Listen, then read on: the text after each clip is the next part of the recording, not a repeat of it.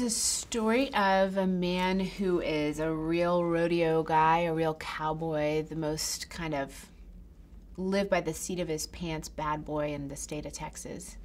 And he lives hard and lives fast with women and drugs and plenty of alcohol.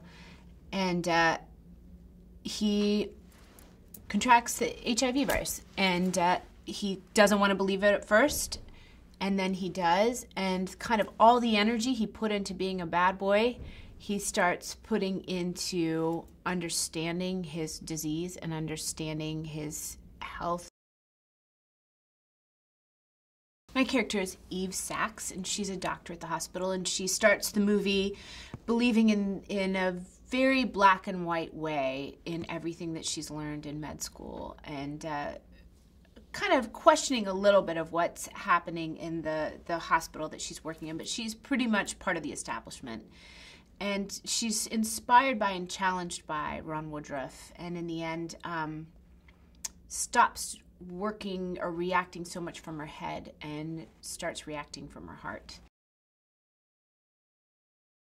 Jean-Marc and I laughed yesterday and we said, oh, we're going to get to meet Jared today, because he was Rayon 100% of the time. He was always Rayon, and it seemed like he had always been Rayon. It wasn't like, oh, I'm in character. It just seemed like this is somebody who is enjoying this so much, he's not going to waste a minute of it. I mean, he showed up as Rayon, he went home as Rayon, and I can't imagine, I think if you had called him on the weekend, Rayon would have answered the phone.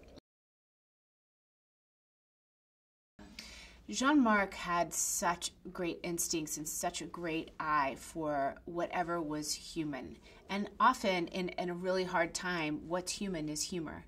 So he would look for those moments that we would just do, or look for an opportunity that where he could suggest something, and he would just go after it.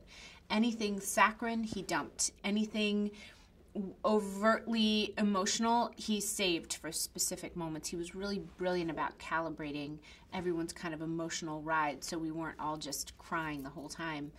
And he was so smart to find levity wherever he could.